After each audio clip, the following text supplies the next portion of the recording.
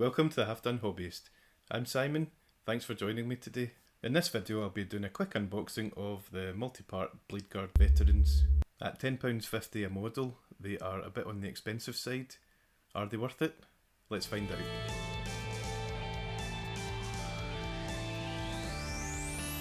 The packaging is very nice.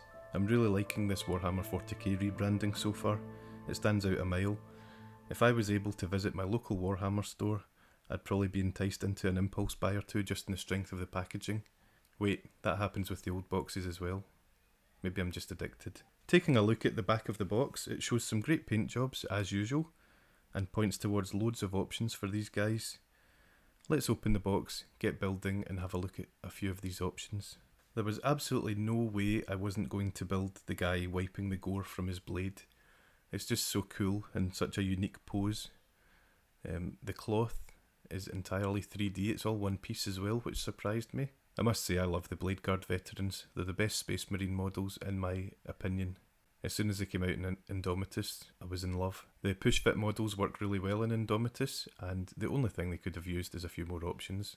So this box has us sorted. If you look at the details, there are so many ways to build these guys. Each model has a little cutout on the top of the scabbard, so you can choose if he's got his sword drawn, you just have that bit empty, and if he's got his sword sheathed, then what you do is you put one of the sword hilts in there, and it looks like he's got his sword in there. It's so clever.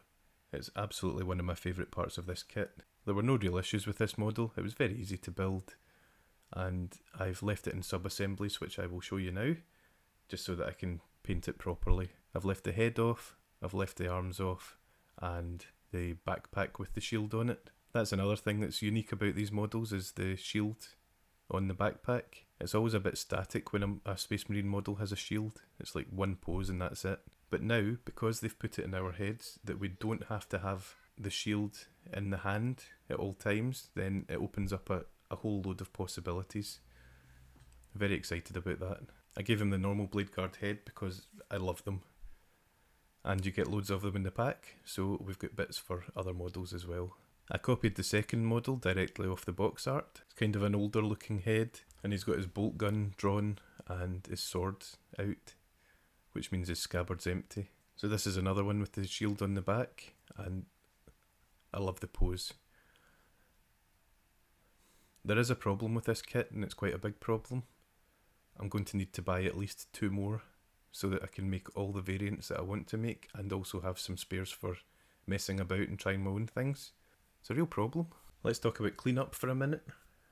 All I needed was a knife and a wee bit of 1000 grit sandpaper, and I just polished up all the mould lines to a shine. I'm hoping when I put the primer down I don't find any rogue mould lines, because I spent quite a long time cleaning these guys up. With the third guy I wanted a shielded guy and the one with the sword pointing out into the distance as if he's leading a charge. I just felt having 3 guys with their shields on their back wouldn't be a good look, so for a wee bit of variety, he's holding his shield. I gave this guy the normal Bladeguard head as well. I don't really feel that I can understate how many options this kit gives us. It gives us 7 heads, 4 of them are the normal Bladeguard heads.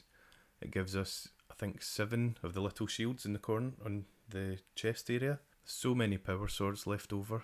There's bolters with nice decoration on it. For sub-assemblies for guy number 2, I've built him almost completely, even with the little shield on his chest, and all I've left off is the arm with the shield, just so I can get in behind it. I've left the head off, just so I can do a good paint job on it, because it's actually a face this time and not just a helmet, and the backpack of course. So I'll plop them on a cork, prime them, and then get painting them. Sub-assemblies for the third guy, all I've left off is left arm, backpack and head. So that should be pretty easy. When you're doing this method where you're not just painting one solid model that's all stuck together, but you've broken it up into parts, try to do it in one sitting. Try to do it as quickly as possible, because there are so many models of mine that I've forgotten about and I can't remember what goes where, or I've lost a head or something. So don't be like me. Make sure you keep track of everything and you put it back together as soon as you can. Even if you're in mid-paint and the sub-assemblies are painted, and you know that if you put them on they won't block other bits, stick them on there mid-paint I did that with my fist on. I think it's the best way to keep track of things. If you're confident putting these guys together as one model and just getting your brush into all the nooks and crannies, go for that, because that's by far and away the better method if you are able. I'm personally not able. I would get paint everywhere if I did that, so I'm not doing that. When you're building these models, the first two guys, the instructions tell you put the two halves of the body together and then put everything else on. So I went ahead and did that for the third guy as well. Completely wrong. There's a little bit that has to go between the body halves, so make sure you do that beforehand, because it was a real struggle to get that put on after the fact. So read the instructions is what I'm telling you. All in all, this kit is an absolute beauty. I love it. Totally reminds me of the old Bladeguard Veterans kit, where there's just option after option. Those were probably the best models of their generation as well, so I'm blown away. All in all, these 3 models took me about an hour and a half to build. It was about a 3 out of 5, but the look of the models is easily a 5 out of 5. I cannot wait to paint these guys, which brings me on to my next point.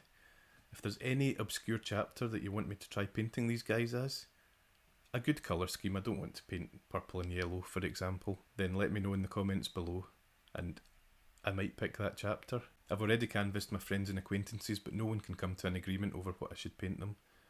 I was quite into Silver Templars for a while, but they seem very overdone now, so I'm looking for something a bit different. Well, that's it for the first unboxing of the weekend.